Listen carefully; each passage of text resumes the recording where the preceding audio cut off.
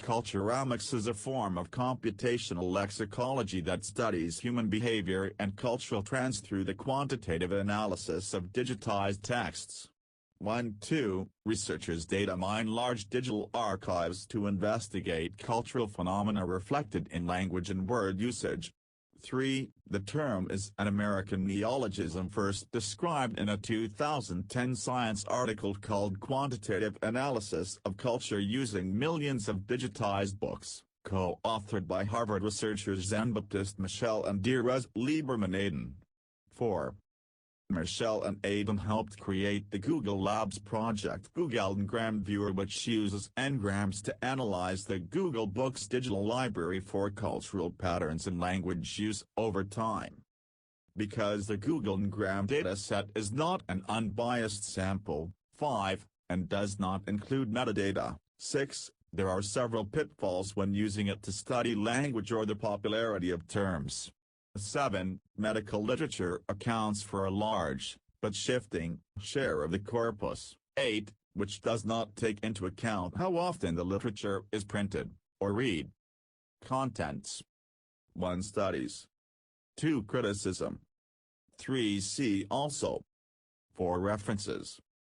5. Further reading. 6. External links. Studies. Narrative Network of U.S. Elections 2012-9.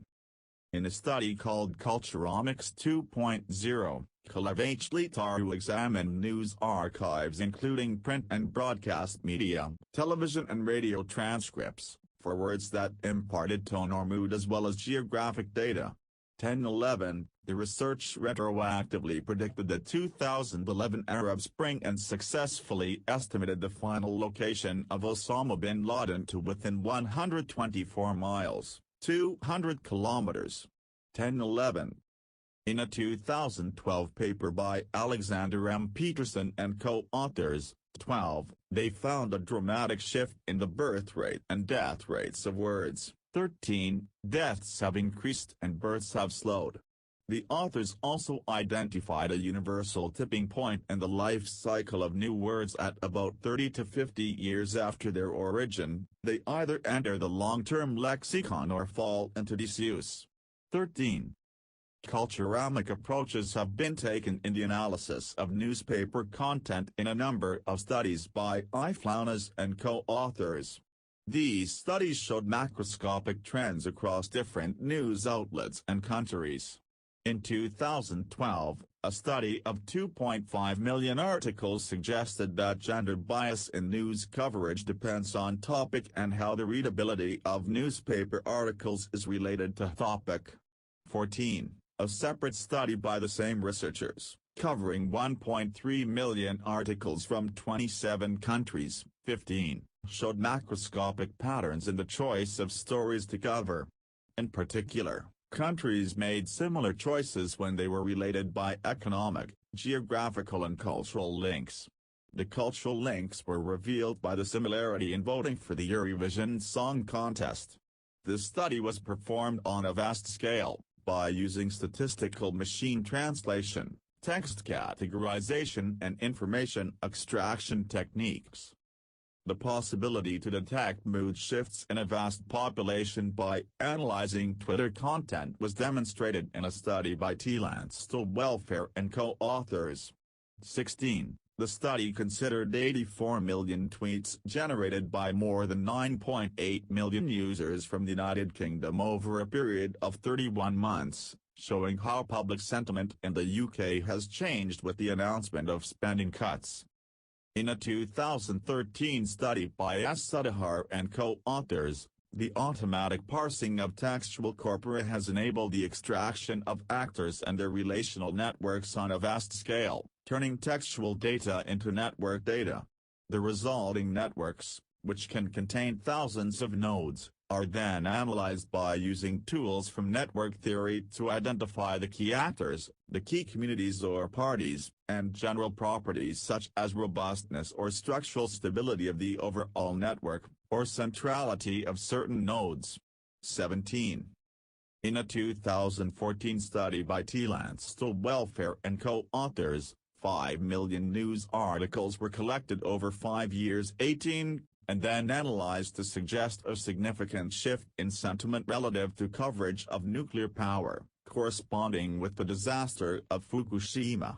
The study also extracted concepts that were associated with nuclear power before and after the disaster, explaining the change in sentiment with a change in narrative framing.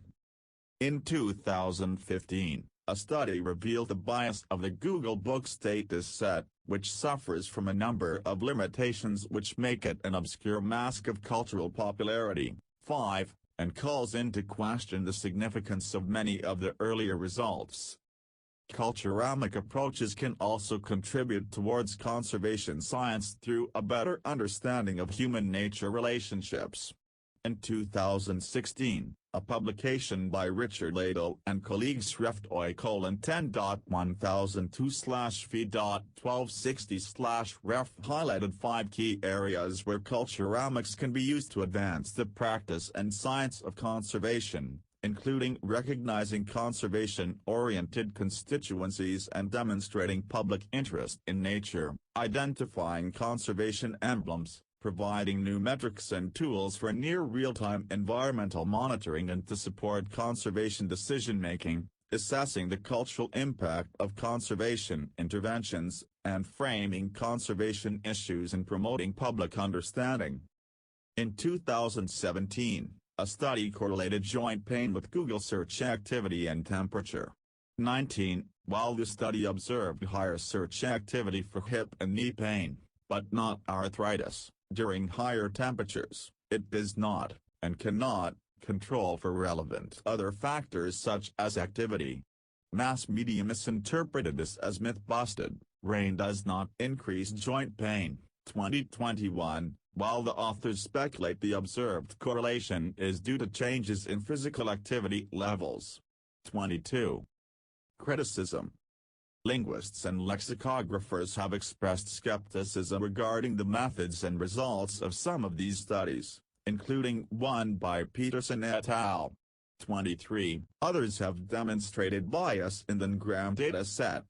The results call into question the vast majority of existing claims drawn from the Google Books corpus. 5. Instead of speaking about general linguistic or cultural change, it seems to be preferable to explicitly restrict their results to linguistic or cultural change as it is represented in the Google Ngram data. 6. Because it is unclear what caused the observed change in the sample.